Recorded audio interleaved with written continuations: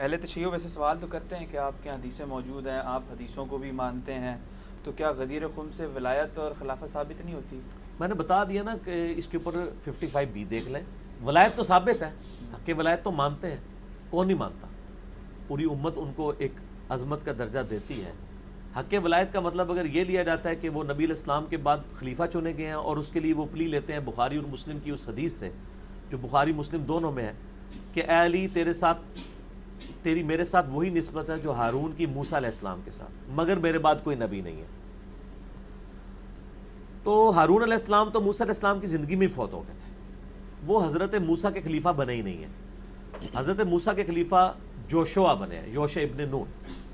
اس میں صرف یہ تھا کہ اس میں الفاظ موجود ہیں کہ تبوک کے موقع پر آپ صلی اللہ علیہ وآلہ وسلم پہلا اور آخری موقع تھا کہ سیدنا علی کو چھوڑ کے جا رہے تھے، ساتھ نہیں لے کے جا رہے تھے، تو انہوں نے رونا شروع کر دیا کہ میں تو نبی علیہ السلام کے ساتھ جاؤں گا. آپ نے فرمایا تو اس پہ خوش نہیں کہ تیری میرے ساتھ وہی نسبت ہے جو ہارون کی موسیٰ کے ساتھ، مگر میرے بعد کوئی نبی نہیں.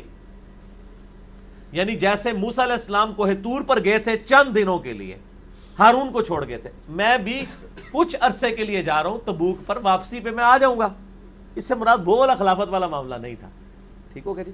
یہ رزلٹ نکالنا غلط ہے. البتہ یہ بہت بڑی شان ہے، اور میں اکثر کہتا ہوں کہ سیدنا عمر فاروق رضی اللہ تعالیٰ کے بارے میں ایک حسن درجے کی روایت ہے ترمذی میں، میرے بعد کوئی نبی ہوتا تو عمر ہوتا. اس میں بھی اختلاف لوگ کرتے ہیں، اکثریت اس کو صحیح مانتی ہے، لیکن وہ ترمذی کی روایت ہے.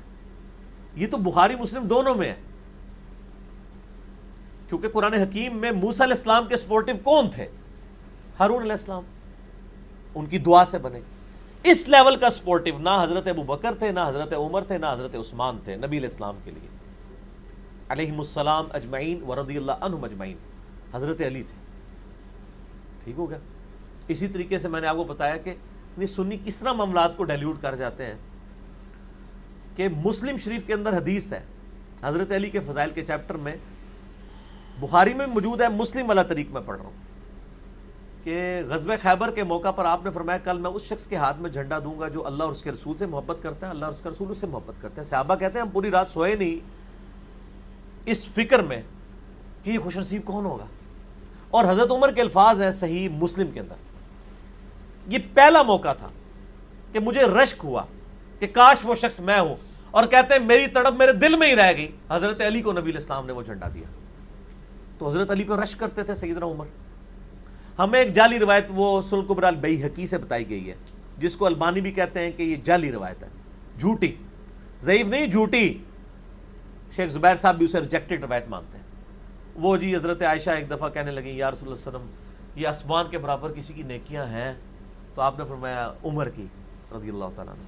تو ان کا میرا باپ، ان کا تیرے باپ کی تو ایک رات کی غار ثور کی نیکیاں عمر کی ساری نیکیوں سے بڑھ کے ہیں. یہ جعلی روایت گھڑی گئی تھی. اور پھر اس کے بعد جی حضرت عمر کہتے تھے ابو بکر سے کہ مجھ سے پوری زندگی کی نیکیاں لے لو. حضرت عمر جو کچھ کہتے ہیں وہ مسلم شریف میں لکھا ہوا ہے کہ مجھے علی پر رشک کرے گا. سر جب ہم یہ باتیں کرتے ہیں تو لوگوں کو کڑوی لگتی ہیں. یہ بالکل اس طریقے سے میرے بھائیوں آپ کو کڑوی لگتی ہیں جیسے ہم یہود و نصارہ کو اولڈ ٹیسٹمنٹ اور نیو ٹیسٹمنٹ سے نبی علیہ السلام کی پروفیسیز بتاتے ہیں تو ان کو بڑی کڑوی لگتی ہیں کہ آپ تو ہمارے بزرگوں کی کوئی شان بیان کریں، آپ اپنے نبی کی شان کہاں بیچ میں سے بیان کر رہے ہیں؟ ہم نے تو ان کو ماننا ہی نہیں ہے. یہاں پہ بھی یہی ہوتا ہے نا. ٹھیک ہو گیا؟ تو لوگوں کو برا لگنا شروع ہوتا ہے.